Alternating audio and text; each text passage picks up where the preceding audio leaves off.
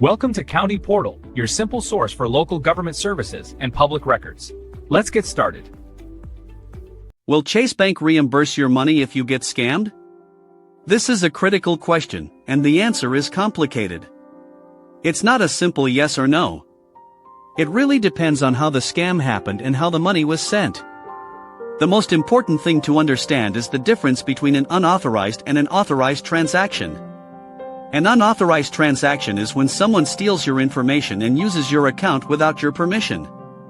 Maybe your debit card was stolen, or your online banking was hacked. In these cases, you have strong protections under federal law, specifically Regulation E. If you report the fraud to Chase immediately, your liability is very limited. For example, if you report a lost debit card within 2 business days, you're only responsible for a maximum of $50. If you wait longer, that amount can go up. So, for clear-cut fraud where you didn't participate, Chase is very likely to reimburse you after they complete their investigation.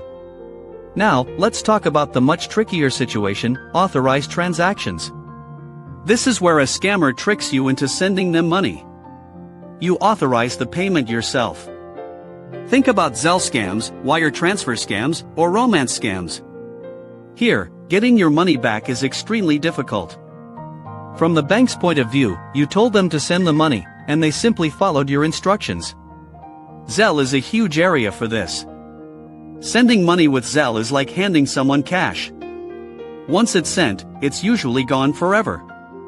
While banks are starting to offer more protections for very specific types of Zelle scams, like when a criminal impersonates the bank itself, it is not a guarantee for every situation. You should never assume you'll get Zelle money back from a scam.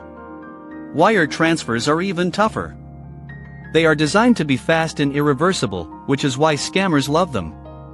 If you wire money to a scammer, the chances of recovery are almost zero.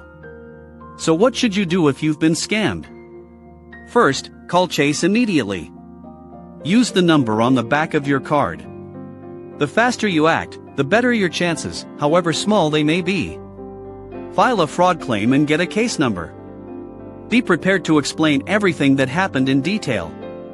Next, file a police report. This creates an official record of the crime. You should also report the scam to the Federal Trade Commission, or FTC, and the FBI's Internet Crime Complaint Center. Ultimately, prevention is your best defense. Be skeptical of urgent requests for money. Never give out your banking information or passwords. Chase will never call you and ask for your password or a one-time passcode. If a deal seems too good to be true, it always is. To sum it up, if someone steals your info and uses your account, you're likely covered. If someone tricks you into sending them money, you will face a very tough, often losing, battle to get it back from the bank. Thank you so much for watching. We hope this information helps you stay safe out there. If you found this video helpful, please give it a thumbs up and consider subscribing to the channel for more content that helps you protect your money.